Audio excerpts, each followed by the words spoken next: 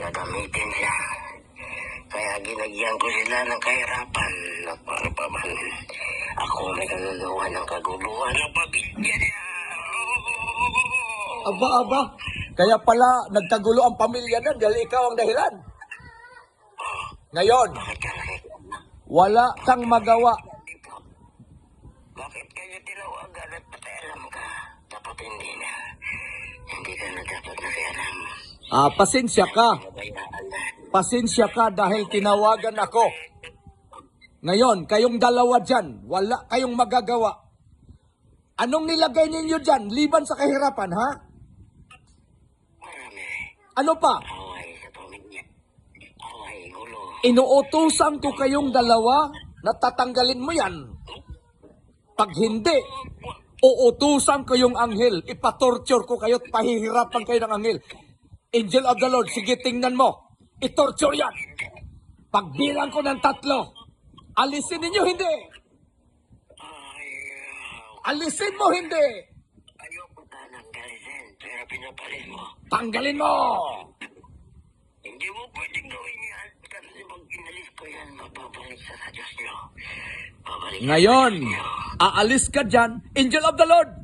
Now, sige, latiguhin yan ng latigong bakal na may apoy. Paano? Now!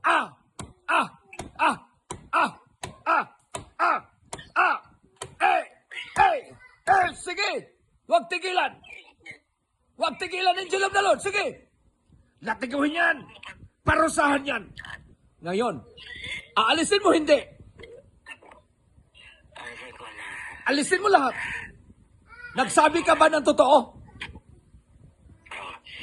Angel of the Lord, tingnan mo kung hindi yan nagsabi ng totoo. Tingnan mo, pag nagsinungaling yan, latiguhin uli! 1, 2, 3, no!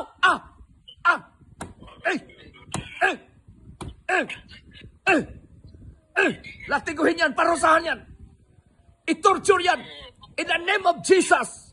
Hey! Sige, huwag tigilan, Angel of the Lord! Tama na. Ayoko na. O sige, tanggalin mo!